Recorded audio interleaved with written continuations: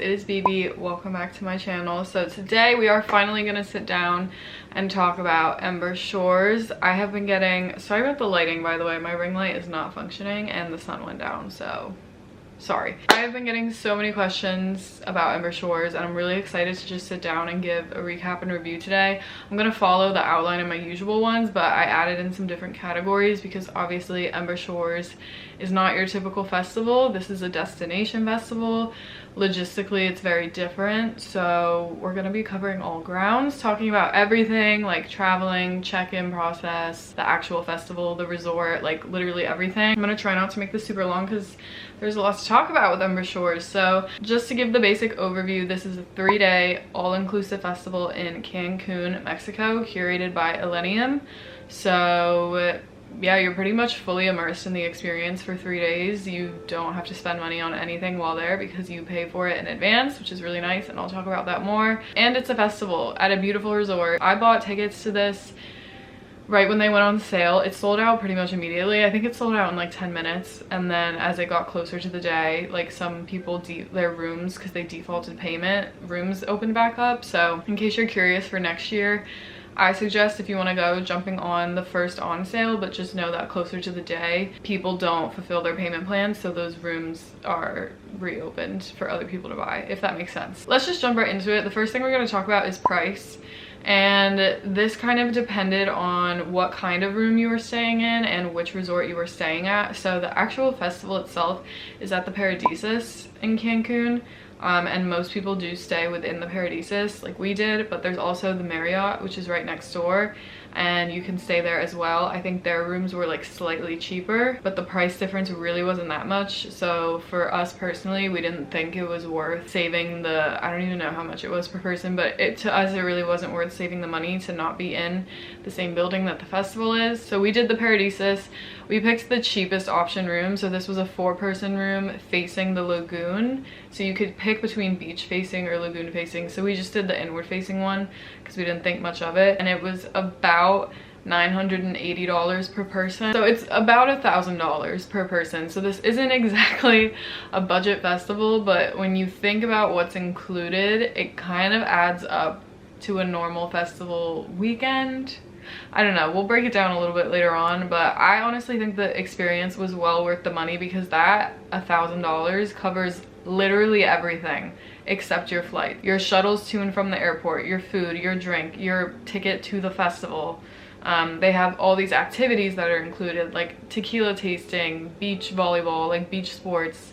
They had a talent show. They had artist meet and greets every single day, all included. I thought it was worth the money, especially with how much I drank, but to each their own. I know the financial part of it was stressing me out before I went, but honestly, after going, I can tell you it's worth the money. And we stayed in the cheapest room, so yeah, there's no surprises with additional fees once you get there, so I really appreciated that as well. For the check-in and check-out process, so you needed a vaccine or a negative COVID test to enter Mexico or to go to the festival itself. I forget if you needed that to go. You didn't need to be vaccinated to go to Mexico, but I think you needed to, if you weren't, you needed to get a negative test in order to enter the country. Or I don't know if that was just for Ember Shores and that was their policy, I'm not sure. Yeah, I'm vaccinated, so I didn't really have to worry about that, but you did need a negative test to get back into the US even if you were fully vaccinated, and it had to be within 1 day of flying back into the US. But the festival and the resort handled all of that for us. They had free testing included, and we all did it on Sunday. You didn't have to pay anything, it was super easy.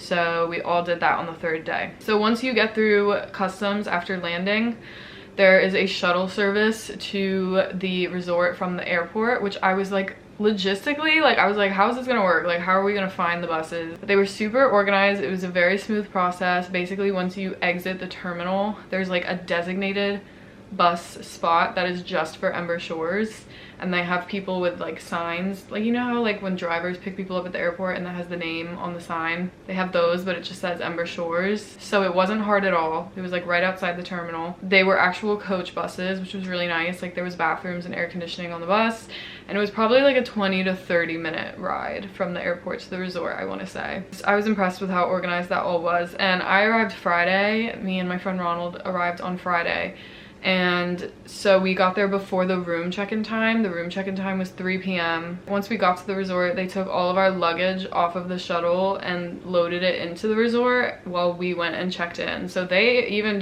they transported our luggage for us. Like, that was nice. And then to check in, they copy your passport and your paperwork. They give you a bracelet, which is your room key, which was so nice. You don't have to have like an actual, although I think some people didn't get the bracelets, but like ours was a bracelet and you just tapped it on the door, so you didn't have to worry about like remembering a key to go in and out of your room. And then they also gave you your festival wristband, and they also gave you like a little goodie bag. It was really cute. That was a surprise, a very nice surprise. I'll insert footage from the vlog here. And they also had, because check-in was at 3 p.m. but the pool sets start at noon or 1 p.m. they had a designated like room where you could go, and if you wanted to like get changed, and because you couldn't get into your room, you could do that and just leave your luggage where they dropped it for you. But our friend's room was ready early, so we just took our luggage to their room and got changed there and just left our stuff there and went to the pool for a few hours. And then once our room was ready, we went and moved all our stuff over. So I thought it was going to be really annoying to arrive the day of, because sometimes that's really chaotic with festivals, getting there on the Friday.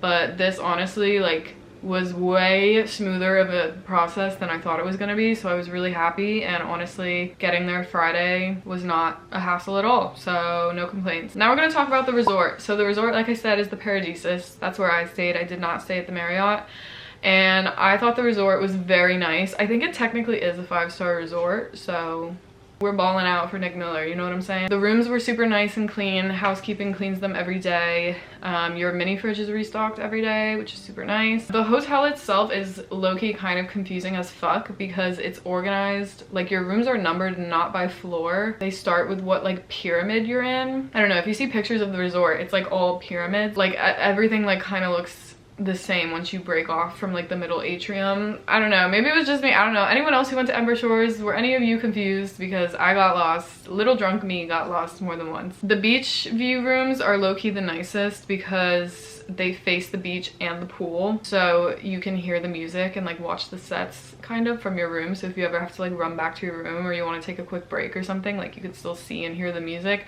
I think next year I'm gonna ball out for that and get a beach facing room, because also that's a vibe, you know what I'm saying? As far as food and drink goes, so obviously again this is an all-inclusive festival, so everything is in the resort, and you don't have to pay for anything additional except for some of the restaurants, which I'll talk about in a second. But the number one thing, and this is something I was the most worried about, is the water, because obviously if you guys know, if you've been to Mexico before, and I've been to Mexico before, you cannot drink tap water in Mexico. You will get sick from it. You have to ask for your drinks with no ice. You can't like use tap water to like brush your teeth. You can only drink bottled water. But the good thing about this resort is that all their water is filtered, except obviously like your tap water and your shower water.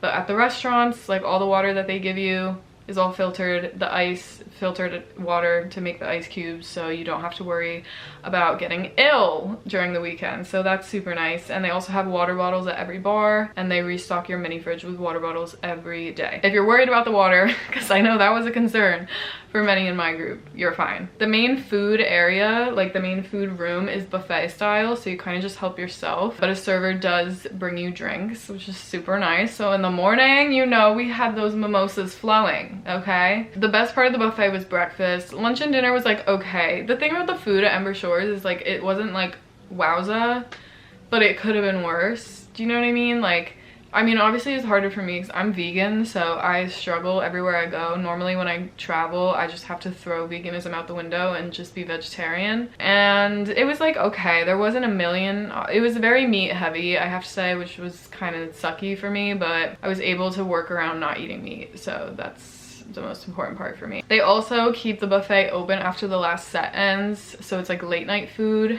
which is super nice because if you're still hungry after like the dinner hours, you have that option, which is nice. The only complaint I do have is that sometimes the line to get into the buffet, because they like walk you in and seat you, sometimes the line was really long, and when you just want to eat, like, but it's not like you have like all these options, you know what I'm saying? Like that's pretty much your main option to eat, since the restaurants are all reservation only. But we were able to strategize each night kind of, because each night there was always like one set that we were like, we weren't desperate to see, so we would just use that time slot to go eat, and the lines obviously weren't long then because everyone's at the stage. So something to think about if you're going next year. So yeah, there are also restaurants, but you have to make reservations in advance. We did this because we wanted to do like one nice dinner or like one reserved dinner with our group, so we planned that in advance and it was included, but certain restaurants are not included in the price, so just make sure you double check. No complaints about the drink options.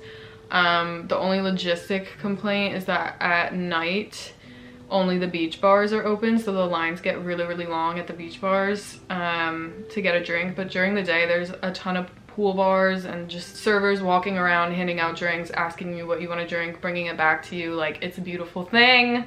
The all-inclusive drinks, baby. That's just like a 10 out of 10 in itself. Let's chat vibes. The vibes at Ember Shores were really good. I always love melodic bass events because it's just such a niche genre of dance music that everyone is like really there for the music. You're not gonna go, it was kind of like Trilogy, you know? You're not gonna fly all the way to fucking Mexico for 3 days to see a bunch of music that you don't care about, because obviously it was mostly melodic bass. Like, the same was with Trilogy. Like, you're not gonna fly or go to Vegas for a 4-hour, well, it was 3.5 sets if you count Fallen Embers at the end, but you're not gonna go and stand there for like 4 or 5 hours for one artist that you don't give a shit about. So it was kind of a similar vibe to Trilogy. My only complaint though is that because it was all inclusive, some people really did not know their limits. Like, they really did not know their limit, and people could be really messy in the crowd, which we've all been there, baby. We've all been there. We've had our moments, but I'm kind of at the age now. I'm not even that old. I'm literally 23. But like, when I see that now, I'm just kind of like, come on, like, let's do a little bit better, you know? That's the only complaint I have about the crowd, is that the amount of alcohol flowing for free made for some messy moments that I witnessed. But I did love that it was a smaller crowd. I think the capacity of this festival was like 2,000 people, so it was way like smaller. And I think that smaller vibe is just so amazing. Like, you have so much more room in the crowd, first of all. It's so much easier to make friends. Everyone is just, it's just good vibes all around. So I liked that it was a more like intimate festival. Let's talk about weather. Honestly, the weather was perfect besides it being really humid. So if you're not used to humidity, definitely prepare for that. It was like 80 to 85 degrees during the day. It definitely was hot during the day, but you have the pool, you have the ocean, so it's not bad. The nights got a little breezy, but a jersey was fine for keeping me warm. Every single day I just wore a bikini and a jersey over it, and that was it. I didn't change my outfit for the nighttime part of the festival. I didn't care. I really didn't do makeup. I didn't do my hair, like, and I loved it. I loved that it was just such a chill, like, beach vibe. I didn't have to, I mean, people dressed up. Like, some people got like rave ready, but I just wasn't about to do that, you know? I'm on vacation. It rained a little bit on Sunday night, but I feel like I've said this word 10 million times. It was kind of a vibe. The sand is harder to dance in than you fucking think. I think because the stage was like on, like, if here's the ocean and like the beach and like here's the pool and the resort, so it's like on a hill. So like one of your legs would be like lower down in the ground than the other. Trying to like balance and headbang and do all that shit in the sand was more of an accidental workout than I had planned for. So my legs knew no peace. Production and layout. I loved both the pool and the beach stages. So the pool is called the Phoenix stage and then the beach is the Ember stage. All I'm saying is, like, you have not heard melodic bass music until you've heard it on a tropical beach surrounded by all the people you love. Like, the very first set was on the beach was Nurko, and it was during sunset, and when I say I had full body chills the entire fucking time, like, I've never experienced anything like that in my life, and I think everyone needs to experience it. Like, that shit was ridiculous. It was ridiculous. There were also cabanas along the pool on top that you could rent out. So that you had to pay for, but you could rent them out to watch the Ember stage sets. I managed to get up there for Set the Sky on day 2 because I had some friends up there and the view was amazing. So I don't know how much it cost to rent out those cabanas, but if you got the funds, I say ball out because the view was nice as hell. They had fireworks on the beach, which was super pretty. So the atrium stage was the indoor one. Basically, these sets started right when the beach stage ended, which was at 11 p.m. every night. and then sets would run at the atrium stage inside. So this is inside the resort. It's just so convenient. Like you can literally walk 5 minutes to your room and then come 5 minutes back to the sets. It's incredible. And these go until like 3 in the morning, although I think the last night they went till like 4. So you don't have to be finished with the festival at 11, which I appreciate. These atrium sets were really fun because it was basically just illenium like playing whatever the fuck he wanted, and also going back to back with all the other artists on the lineup, and I just love that so much. I think the overall, like, one of the things I loved most about Ember Shores is that it was just all so laid back. Like, it seems like it was more so just illenium and like all the other artists just having fun and playing what they wanted to play, which you don't obviously get at other festivals, and it just seems like they were having a great time and playing whatever the fuck they wanted, and it made for a way more like intimate setting and just a very chill, fun atmosphere, and I loved that so much. And kind of going off of that to talk about lineup, obviously it's mostly melodic bass and future bass and melodic dubstep, but they mixed in some other genres. So they had like Bijou and Dr. Fresh for your house music people. And they also had OTR. I've been waiting to see OTR for so long, and they had him like at the pool stage as the sun was like starting to go down on the first day. The vibes immaculate, so he was amazing. So that's more like ambient and like future bass-y, like more chill. Then you have like more heavier artists like Wooly, you had trance like Halian and Cosmic Gate. So there was definitely some variety, which I appreciated. I say the same thing about Lost Lands. Like obviously I love bass music, I love to hear it for 3 days straight, but it is nice when you have that little break to go check out something else besides dubstep. So they had more than just melodic bass crybaby music. Last category I always cover for these recap videos is would I go back, and for Ember Shores it is an easy yes. I'm already planning on going next year. Like I said, next year I'm definitely going to be staying longer. I've already decided that for next year I want to actually make a vacation out of it, just because I loved the resort and my friends did too. So I think next year we're going to probably knock off one of the other festivals we were planning on doing next year. I'll probably bump off EDC Orlando and just do a week in Cancun and do Ember Shores. Yeah, that was my biggest regret with this year, is that I didn't get to stay longer, but I didn't really have a choice because the week after that we had a lot to do at work and I had to be there. I'm so grateful this was my last festival of the year. Like I ended on such a high note, and obviously melodic bass is my favorite genre, and just to be in that space with other people who share that same love for that genre was really special. It's just like crazy to me. I think I said this in my trilogy vlog, like I've made so many best friends from all over the country because of illenium and his music, and it just like blows my mind. Like there were so many moments throughout the weekend where we would be like on the beach, like listening to that music and just looking at each other and being like, what the fuck? Like here's just some guy who just makes some music, and I met all these people online because of it, and now we're in a different country on the beach listening to this music together. Like it's fucking crazy. I don't know. Caused for a lot of introspection and a lot of gratitude, and I'm just glad that that was my last festival for this year, and I ended it on such a good note. Had such a great time. I honestly miss it so fucking much. Like even just waking up at the resort and like going to get breakfast with all the homies and like starting to drink at the pool and just party all day, party all night. It's just like paradise. It's called the Paradisus for a reason. But I am already excited for next year, even though it's a whole ass year away. So definitely count on me going next year. That's my Ember Shores recap and review. If you guys have any more questions about anything at all, because I know a lot of people had, drop them down below. I'll be answering comments and would love to share whatever knowledge I have for you guys. And obviously next year I will be doing a whole series of like prep videos for what you need to know more in detail. This was more just like an overview recap and how I felt about the event.